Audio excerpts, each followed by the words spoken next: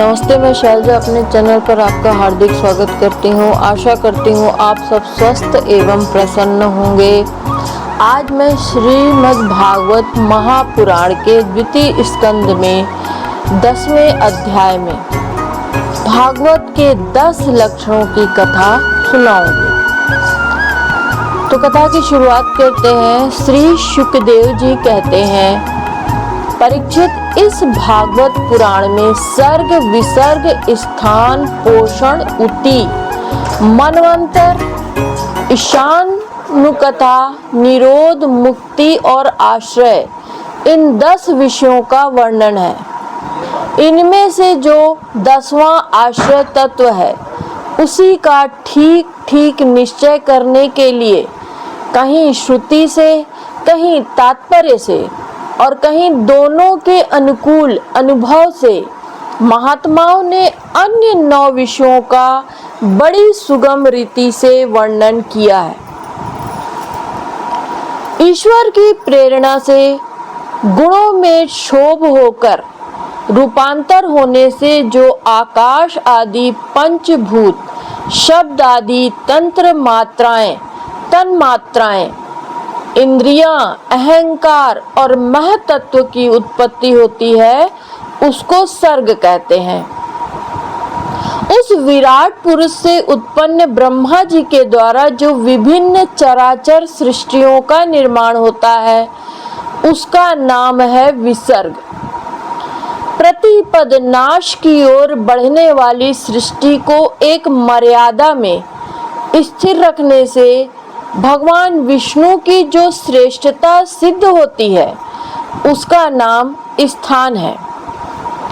अपने द्वारा सुरक्षित सृष्टि में भक्तों के ऊपर उनकी जो कृपा होती है उसका नाम है पोषण।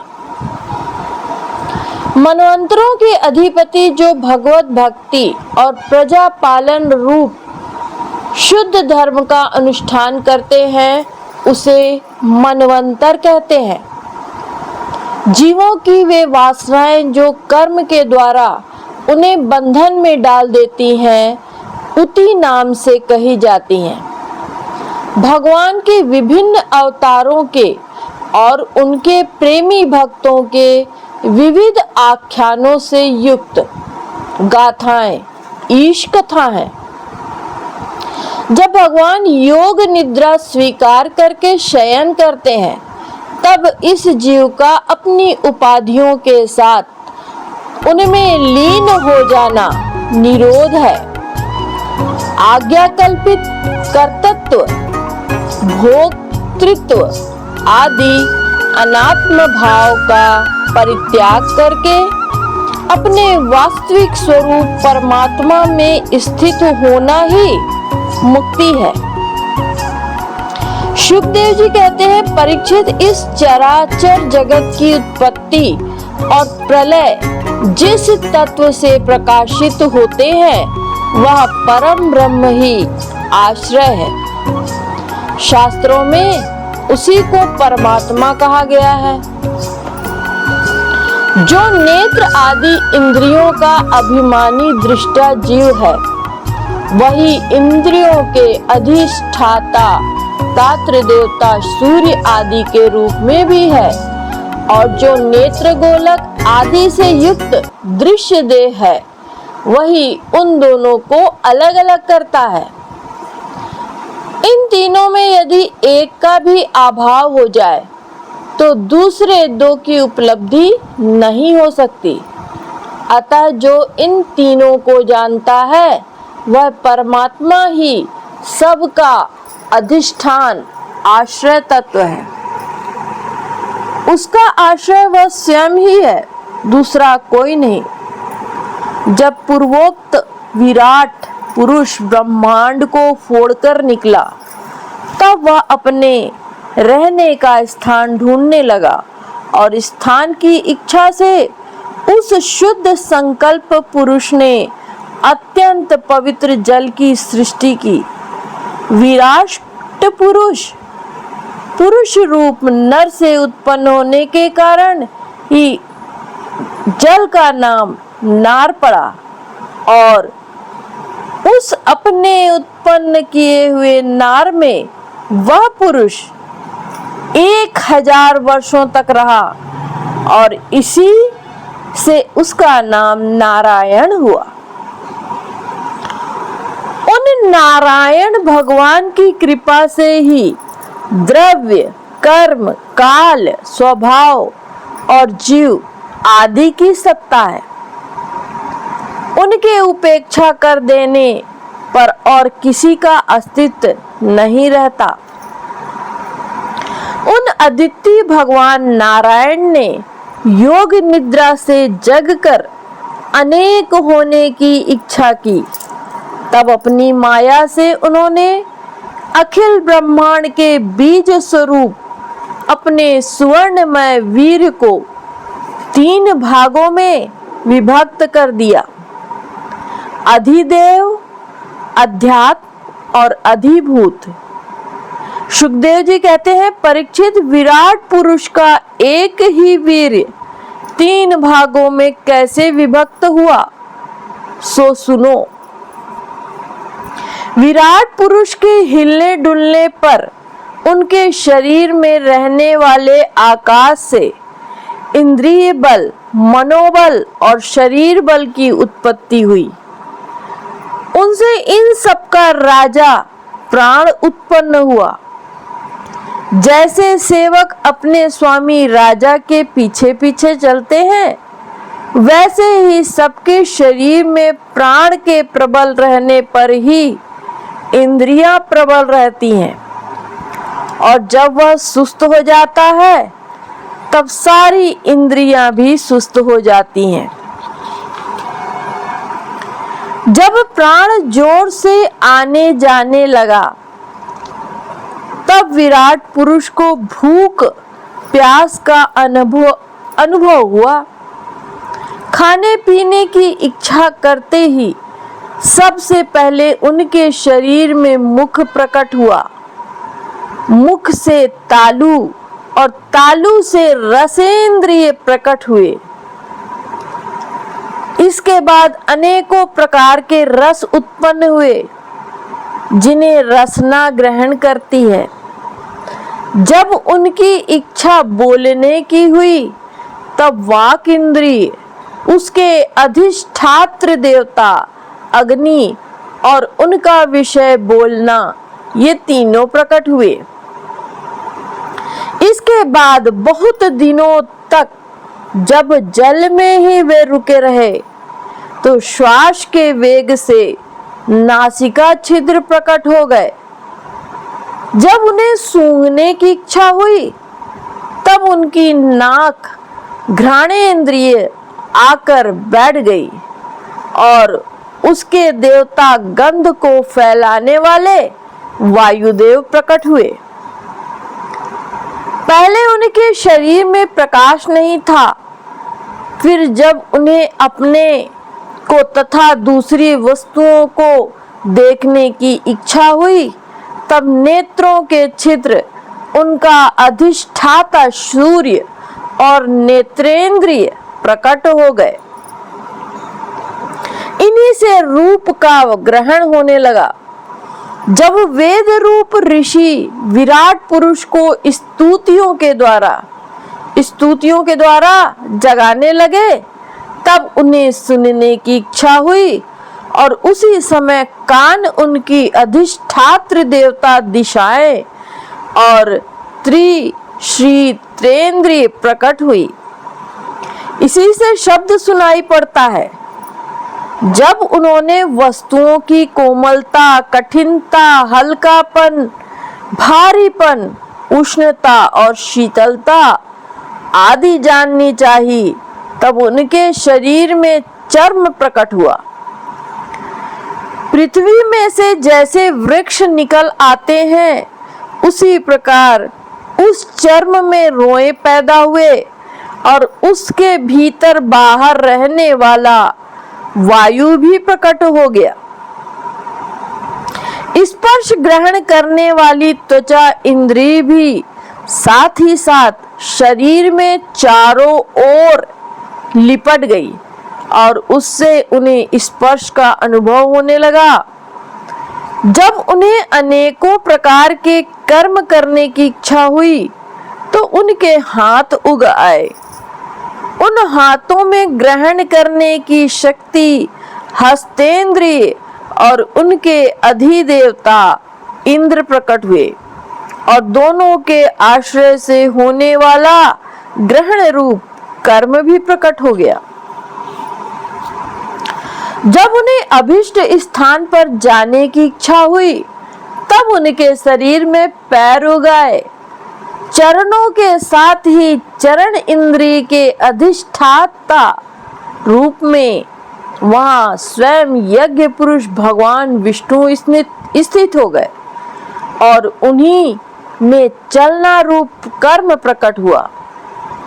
मनुष्य इसी चरणेंद्रिय से चलकर यज्ञ सामग्री एकत्र करते हैं। संतान रति और स्वर्ग भोग की कामना होने पर विराट पुरुष के शरीर में लिंग की उत्पत्ति हुई।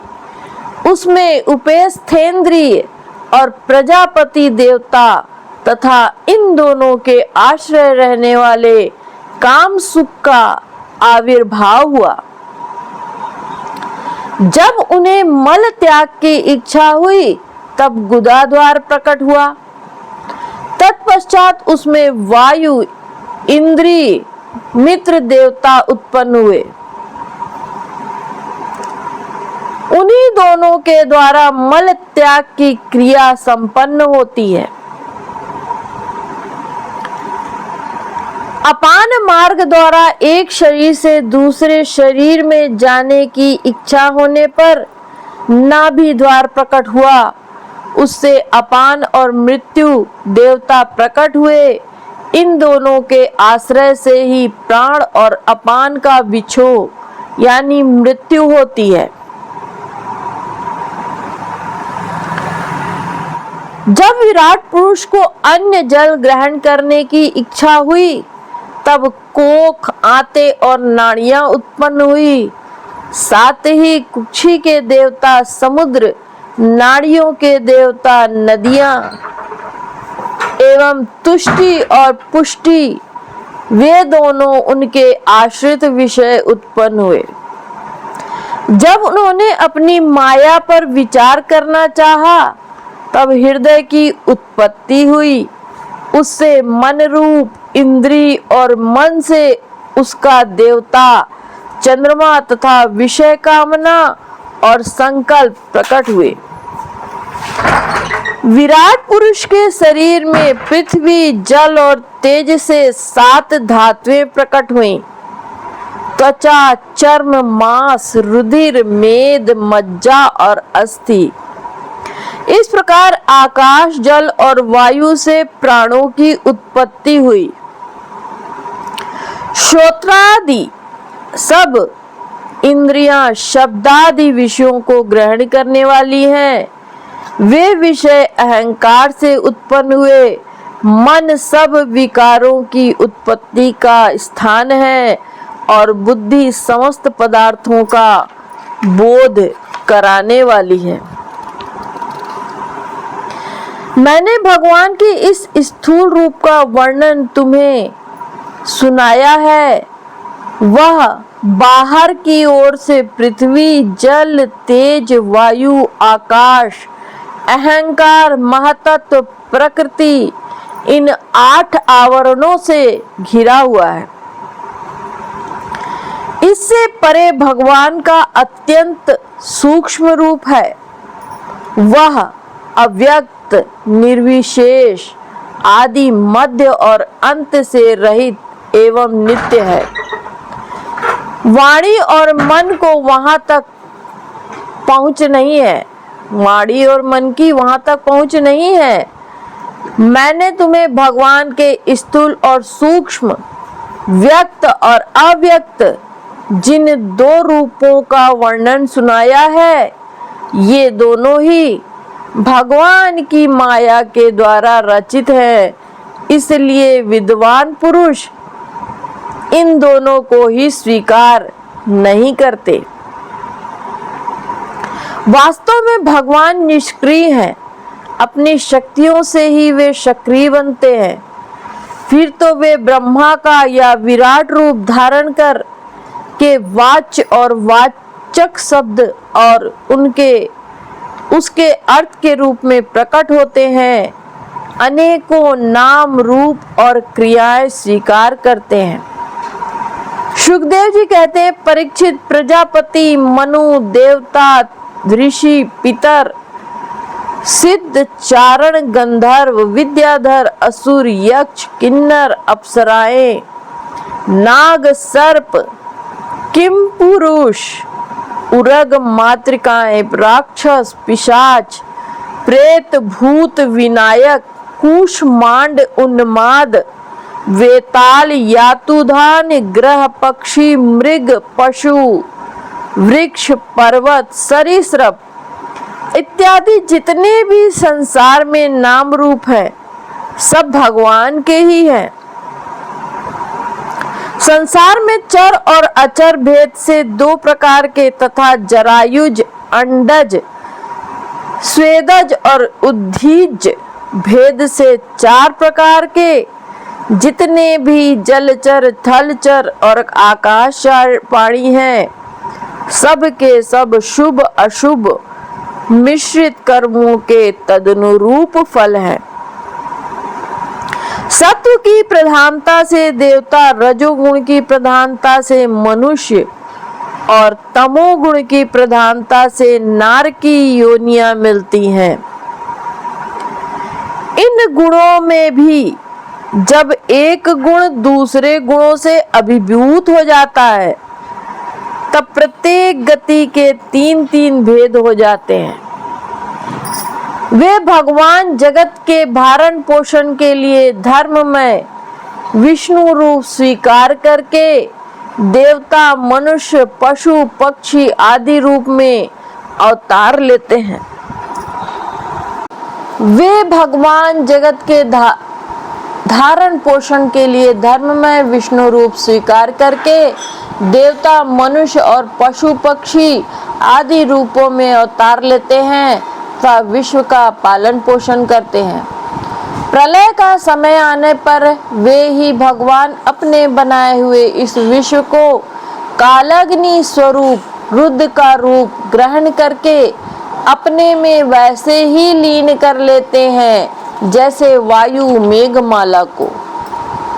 परीक्षित, महात्माओं ने अचिंत्य ऐश्वर्य भगवान का इसी प्रकार वर्णन किया है, परंतु तत्वज्ञानी पुरुषों को केवल इस सृष्टि, पालन और प्रलय करने वाले रूप में ही उनका दर्शन नहीं करना चाहिए, क्योंकि वे तो इससे भी परे हैं। सृष्टि की रचना आदि कर्मों का निरूपण करके पूर्ण परमात्मा से कर्म या कर्तापन का संबंध नहीं जोड़ा गया है, वह तो माया से आरोपित होने के कारण कृतित्व का निषेध करने के लिए ही है। सुखदेव जी कहते हैं, यह मैंने ब्रह्मा जी के महाकल्प का अवान्तर कल्पों के साथ वर्णन किया है। सब कल्पों में सृष्टि क्रम एक सा ही है, अंतर तो केवल इतना ही है कि महाकल्प के प्रारंभ में प्रकृति से क्रमशः महत्व आदि की उत्पत्ति होती है और कल्पों के प्रारंभ से प्राकृत सृष्टि तो ज्यों की त्यों ही रहती है। चराचर प्राणियों की वैकृत सृष्टि नवीन रूप से होती है। परीक्षित, काल का परिमाण कल्प और इसके अंतर्गत मनवंतरों का वर्णन आगे चलकर करेंगे। अब तुम पाद्य कल्प का वर्णन सावधान होकर सुनो। शौनक जी ने पूछा, सूत जी, आपने हम लोगों से कहा था कि भगवान के परम भक्त विदुर जी ने अपने अति दुस्त्यज कुटुंबियों को भी छोड़कर पृथ्वी के विभिन्न तीर्थों में विचरण किया था। उस यात्रा में मैत्री ऋषि के साथ अध्यात्म के संबंध में उनकी बातचीत कहाँ हुई, तथा मैत्री जी ने उनके प्रश्न करने पर किस तत्व का उपदेश दिया। सूत जी, आपका स्वभाव बड़ा सौम्य है, आप विदुर जी का वह चरित्र हमें सुनाइए। उन्होंने अपने भाई बंधुओं को क्यों छोड़ा और फिर उनके पास क्यों लौट आए। सूत जी ने कहा, शौनक जी ऋषियों, राजा परीक्षित ने भी यही बात पूछी थी। उनके प्रश्नों के उत्तर में श्री शुकदेव जी महाराज ने जो कुछ कहा था वही मैं आप लोगों से कहता हूँ, सावधान होकर सुनिए।